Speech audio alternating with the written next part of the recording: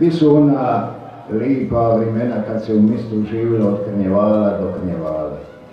Kad se maškaralo i staro i mlado, kad se slavilo Markovo krštenje, kad se pravila Markova pirja pusti i maskembale u kafani. Kad se pošarska čakulona prodavala boje i od slobodne Dalmacije i kad se danima iščekivala Markova oporuka. Šta se ovo događa u nas? Jel nas ovo Bog kaznija zbog čitanja oporuke na čistu sridu ili nas je pritisla ova velika svjetska kriza? Možda su zato krive klimatske promjene, a možda se naš svit jednostavno zaboravija smije. Eto, i ove godine na oporuci doslovno ni čuk. Čak ni Jaso Mađurin nije na pjacu povirija, pregledavajući filmove sa nadzorne kamere iznad bankomata Privredne banke. Mali Sutlin je zamijetija u Markovim dvorima jedina dva aktera oporuke. Luku Kovina i Dragana Vladiku. Ajde moj Luka, siđi dole u publiku, a ja ću ti sam čitat, tužno će Dragan. Barba Dragane, poštivam te i volim ko čaču.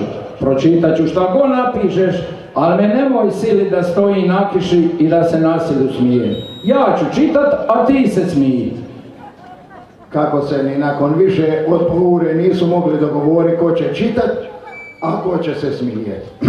Dragan je pokupija foje i oša doma. Nosač zvuka ovogodišnje oporuke je snimljen u studiju Kamomila Records u vlasništvu Borke Sušana, možete kupiti u svim bojim dućanima u mjestu. Ja bi molio pomoćne kuvare da svi pomalo prinesu vamo večerašnju spizu slavonske specijalitete. Nećete virovat, nema kolesterola, nema triglicerida, nema cukra, nema ništa, zdrava rana. Ajde momci, dajte to.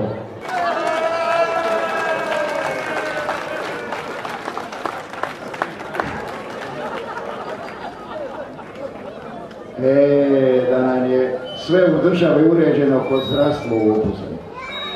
Čim temperatura mora priđe 19 i čim se na televiziji počne vrti onaj spot, kad srce kaže lito, kaže vruće, Stanka i Barbir tako lipo organiziraju dežurstva da svakome pripadne po najmanje 3 litnja mjeseca godišnjega odmora. Skupi se tu više odmora nego u školske dice praznika. Šta se tiče pacijenata, bitno je da glavarine redovito sidaju na račun. Neku noć steglo meštra Slavu Papalolu u prsima. Okupa se pa ranom zorom došao u ambulantu da ga doktorica Stanka vižita. Vas Morban i Štufan pred sami kraj radnoga vremena došao je na red. A ona Stanka već raspremila stol. I dok je višala bili mantel preupita. Šta je Slav? Al vas što ga boli? Evo me steglo u prsima. Coko ode bi se rebra rastavljaju, stajoj Slave objašnjavaju. Ajde meštre, nije ti ništa. Biće da si popija ladnu piju. Biće sam treba popi vruću, presne se Slave, uzela knjižicu pa priko vrata. Prošla evo nedjelja dana, a Slave Bogu hvala još uvijek živ. Očito je doktorica Stanka bila u pravu. Ko je vidija liti pit ladnu piju?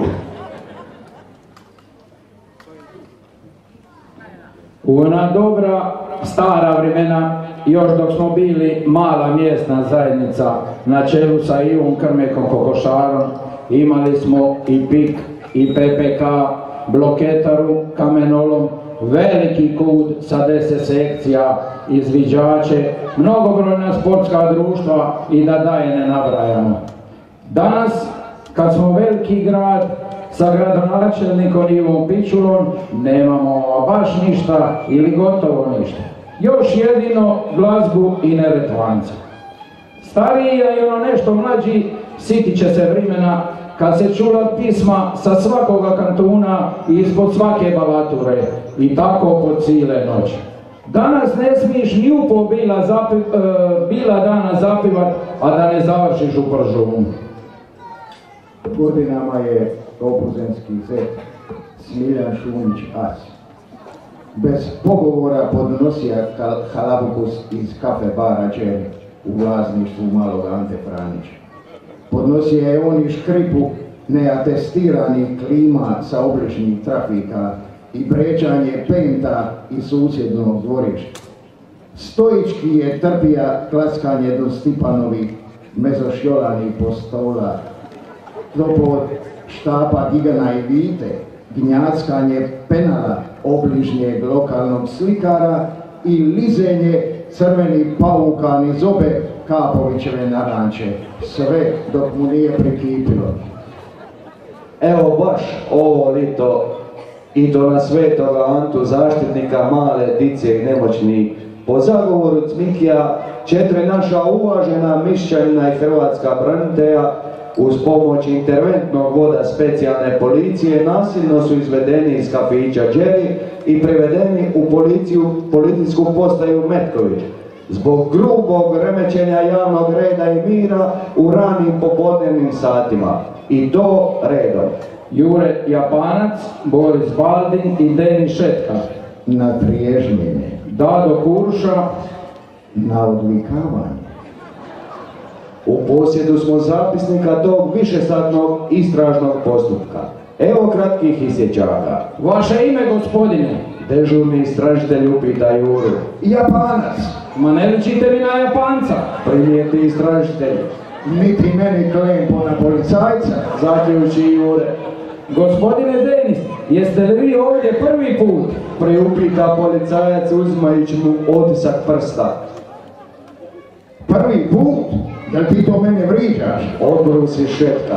A vi, bojniče Šilje, kako ste se našli u ovakvome društvu? Ne znam, nisam, gospodine policajac. Dužno će Boris. Zadnje čega se sićam, išao sam kupim liko za mačku.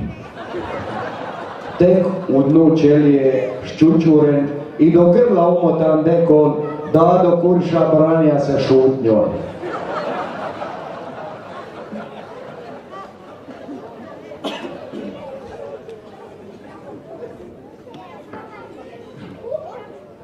Nema toga šta ja ne znam. Ne zovu me Utomar Džoker.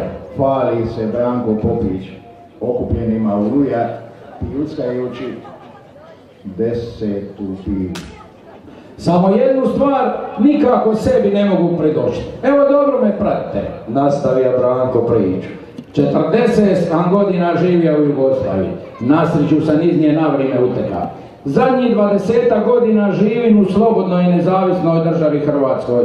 Evo, čujem da smo neki dan ušli u Europu, a ja se sve to vrijeme nisam maka sa katrige iz Lujeva kafića. Ajde, recite ko je ode lud. Prema najnovijim podacima Državnog zavoda za statistiku, temeljenog na zadnjem popisu, životni vijek stanovništva značajno je produljen. Medicina je toliko uznapredovala da vam se u današnje vrijeme samo slučajno može dogoditi da umrete. Uzevši u obzir gore navedene podatke, postavlja se pitanje kako uopće biti ugubnik? Triba li se onda čudi što u Osijeku mrtvacima čupaju zlatne zube i skidaju prstenja i vere da bi opstali? I naš ukopnik, na primjer, Mile Mataga. Kapaš, muku muči, kako preživiti. Nitko umire, nit se ko rađa. Silom prilika mora je proširiti djelatnost. Evo, neki dan mu se posrčilo da je jedan naš čovjek umrao u Dubrovniku u bolnici. Za ne ić prazan, nakrca je u rasadniku Bošković nakladi pun kobi, sadnica, balancana, sorte Eliti Sofija, paprika, sorte Vedrana, Bjanka i Blondi, te pomidora Bela i Matijas, pa pravac Konavle. Tamo je na brzinu izbacio rasad, a onda žurno na patologiju. Utovarja mrtvaca, u povratku svratio banče i kapsu obložija vrićama crvene dubrovačke kapule i biloga luka. Sprovod sa zadnjim taktima fale, dok je ukopnik Mile skida suzu i križ, sa kapsele u grob su se otkotrljale 2 glavice biloga luka. Kapaš se značajno počeše po glavi, pa će ucviljenoj udovici. Vidjeli ste, draga gospođo, usput radimo i deratizaciju grobova.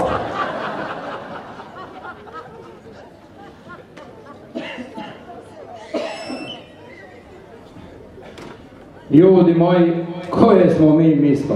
Ma šta misto? Koji se to grad more pohvalit da ima najsusjedu, najdavaoca krvi Nikicu Butigana, a da o gradi Šešelju, najboljem hrvatskom farmeru, i ne govorimo. Ovih smo dana dobili i najpoštar, maloga Denisa Dropulića. Među 7323 poštara u Hrvatskoj, naš je Denis za torbu ispod sviju. Ipak, nisu svi umjesto oduševljeni ovim izborom. Vidno razočaran bija je Mirka Brđelac. Lijepo vam kažem. Objašnjava Mirka okupljenima na zovu. Mali je Dado Trstika 100 puta bolji. Lako ti je uze poštu, sisna motor pa je podijeli. Treba zna s ljudima obhoditi. Nema dana da Trstika u mene ne navrati, popije 2-3 jute, bacimo injulu briškulu dok nevista ne zgotovi marendu. Popije pot vina i tek onda iđe daje. Sve radi samo da ubije dosadu biznome penzioneru. Ovim je dana iz direkcije Hrvatskih pošta na adresu Balaturo je stigao dopis sljedećeg sadržaja. Uvažava se opravdani prigovor gospodina Mirke Brđelaca. Našega zaposlenika, poštara Dadu Popića Trstika, Trstiku suspendirali smo do daljnjega.